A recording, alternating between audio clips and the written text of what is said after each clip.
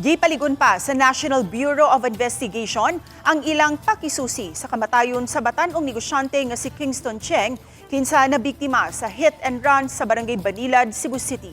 Sa iranta ang report ni Alan Domingo.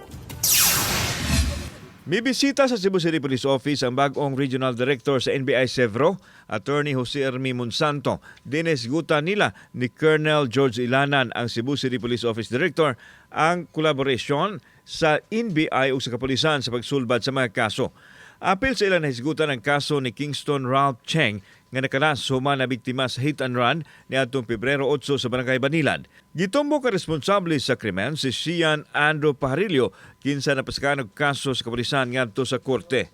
Gawa sa PNP, ang NBI nagpahigayon usab og nilahi nga imbestigasyon nga maoy gipalig-on nila sa posibleng pagsang-at og laing kaso batok sa nakaingon sa kamatayon ni Cheng. As far as we are concerned, ready na nami nag-gather ibis. Gusto lang namo palig-unon.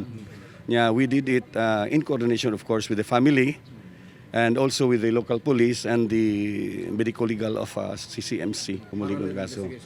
Oh yeah, parallel investigation with regards to the filing of maybe another cases which fall under special offense. Gipadayag ni Atty. Monsanto nga mamahimong gamiton sa PNP ang mahipos nilang impormasyon tungod kay managsamara sila nga tigpatuman sa balaod. Gihatagan niya ang gibugaton og importansya ang serbisyo sa Cebu City Police Office isip first responder sa mga kasong mahitabo sa katilingban nga magamit usab nila sa pagpalahom sa ilang pakisusi nga himuon.